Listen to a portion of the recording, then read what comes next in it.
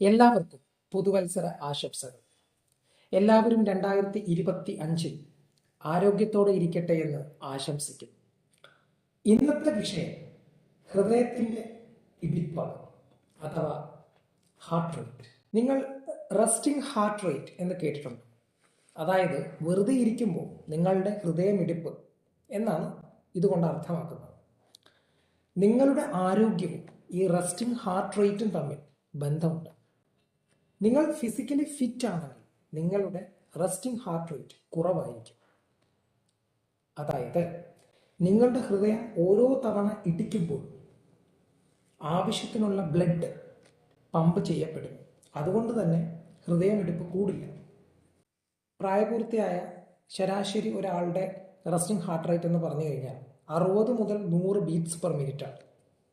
പക്ഷേ ഒരു well trained ആയിട്ടുള്ള അത്ലറ്റിൻ്റെ റെസ്റ്റിംഗ് ഹാർട്ട് റേറ്റ് എന്ന് പറയുന്നത് ഏകദേശം 40 ബീറ്റ്സ് പെർ മിനിറ്റ് ആണ്. വളരെ കുറവാണ്. എന്ന് വെച്ചാൽ ഒരു വെൽ ട്രെയിൻഡ് ആയിട്ടുള്ള അത്ലറ്റ് അദ്ദേഹത്തിൻ്റെ ഹൃദയം ഒരു മിനിറ്റിൽ 40 തവണ ഇടിക്കുമ്പോൾ തന്നെ ആ അത്ലറ്റിൻ്റെ ശരീരത്തിന് ആവശ്യമായിട്ടുള്ള ബ്ലഡ് പമ്പ് ചെയ്യാൻ സാധിക്കുന്നുണ്ട്.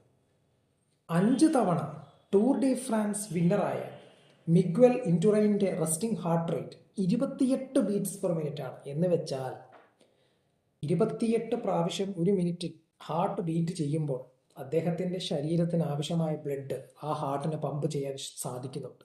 ഓർത്തു നോക്കൂ, അദ്ദേഹത്തിൻ്റെ ഹാർട്ടിൻ്റെ ആരോഗ്യം, ആ ഹാർട്ട് എത്ര ഹെൽത്തി ആയിരിക്കും.